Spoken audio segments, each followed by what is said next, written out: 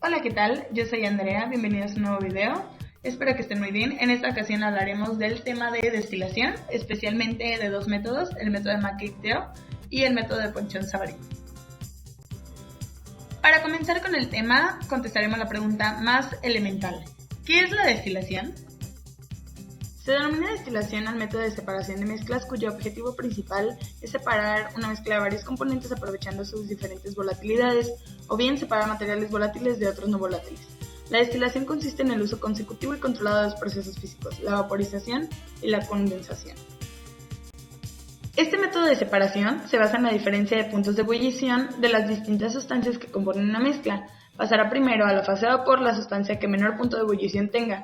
Luego esta sustancia se condensará en otro recipiente y quedará relativamente pura. De este modo, para que la destilación se lleve a cabo correctamente, debemos servir la mezcla hasta alcanzar el punto de ebullición de una de las sustancias integrantes, que entonces pasará a ser vapor y podrá ser conducido hasta un recipiente enfriado, en el cual condensará y se transformará en un líquido nuevamente, y la otra sustancia integrante en cambio permanecerá en el recipiente caliente. Cuando tenemos una mezcla ideal de líquidos, es decir, una mezcla en la que las interacciones entre las partículas diferentes se consideran iguales a las interacciones entre partículas iguales, se cumple la ley de Raoult, y es una ley importante de la que debemos de hablar para poder hablar de destilación. Esta ley establece que la presión de vapor parcial de cada componente en la mezcla gaseosa es igual a la presión de vapor del componente, pero multiplicada por su fracción molar en la mezcla líquida. La fracción molar de un componente en una mezcla es una medida dimensional de su concentración, y las magnitudes mencionadas se pueden calcular a través de estas ecuaciones. Otros dos conceptos importantes es el punto de rocío y de burbuja. El punto de burbuja es la temperatura y presión a las cuales una mezcla líquida comienza a hervir, mientras que el punto de condensación o rocío es la temperatura y la presión a la que la mezcla del vapor comienza a condensarse. La ley de Raoult anteriormente mencionada solo es válida para mezclas ideales. En una mezcla real podemos encontrar azeotropos y más en una destilación. Esto se da cuando una mezcla líquida con composición definida hierve y los vapores generados tienen la misma composición en la mezcla.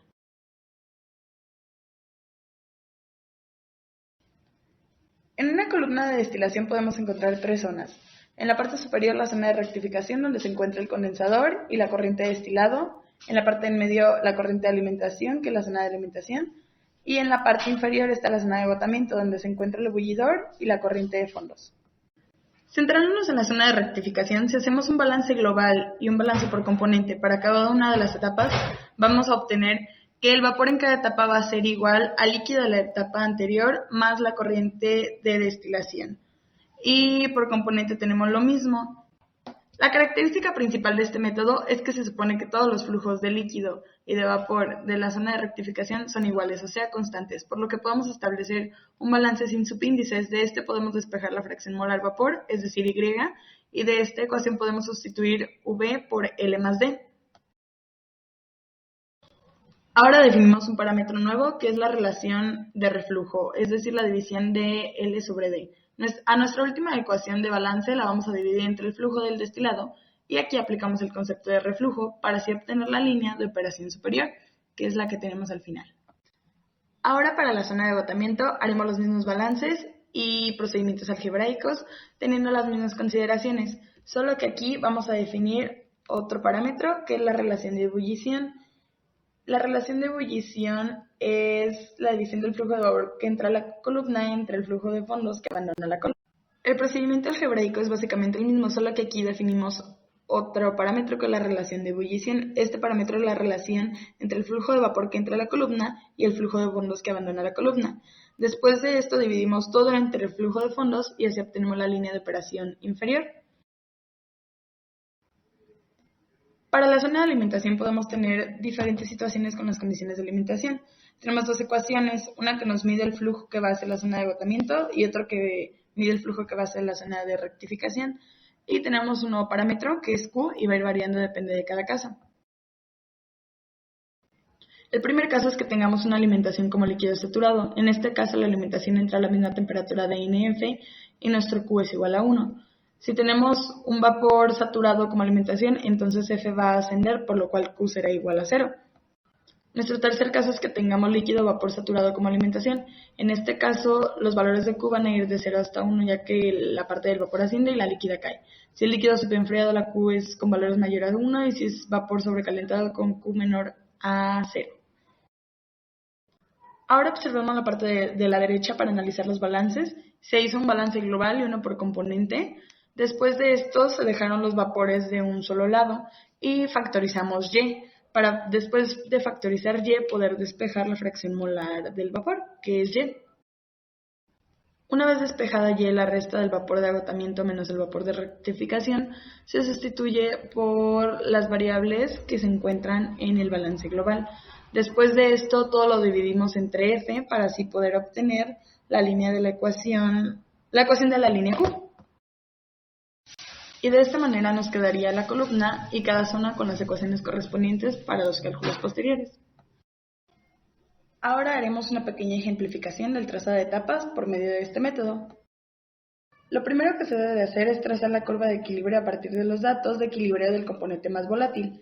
Para empezar con este método necesitamos ubicar 3 puntos: la composición de alimentación, la composición de destilado, la composición de fondos y también el tipo de alimentación con el que vamos a trabajar. En nuestro caso va a ser líquido saturado. Lo primero que vamos a hacer va a ser trazar una línea que parta de XD, pase por la intersección de la línea de alimentación y la línea de equilibrio y se extienda hasta Y para encontrar el valor de B mínima. Una vez que obtenemos el valor de B mínima, sustituimos en la ecuación para obtener R mínima, pero en realidad queremos encontrar la R de operación. N es un número que nos da normalmente el problema, en este caso ejemplificamos con 2, y así obtenemos una R de operación de 1.96.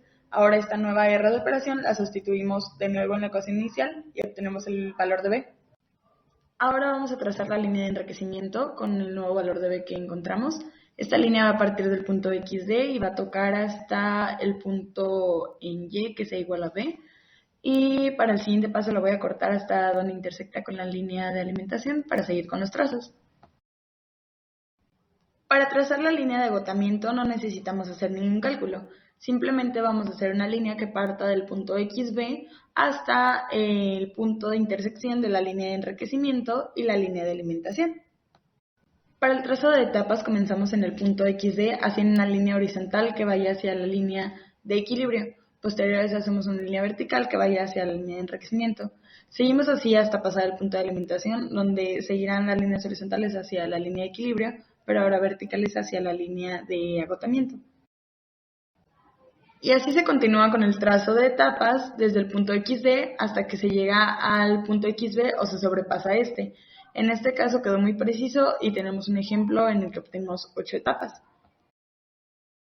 Para concluir este video, muchísimos productos que utilizamos en el día a día provienen de la destilación, por lo cual mencionaremos algunas aplicaciones más comunes o que se relacionan más con el área biotecnológica.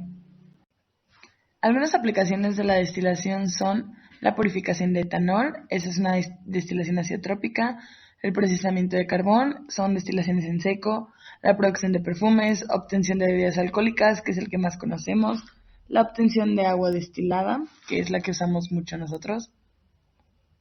También tenemos la obtención de azúcares, esta a partir de aceite de coco y otras sustancias naturales, la obtención de glicerina, que proviene de la degradación de ciertos lípidos, y la obtención de ácido acético, que es un derivado del vinagre y se utiliza mucho en la industria farmacéutica.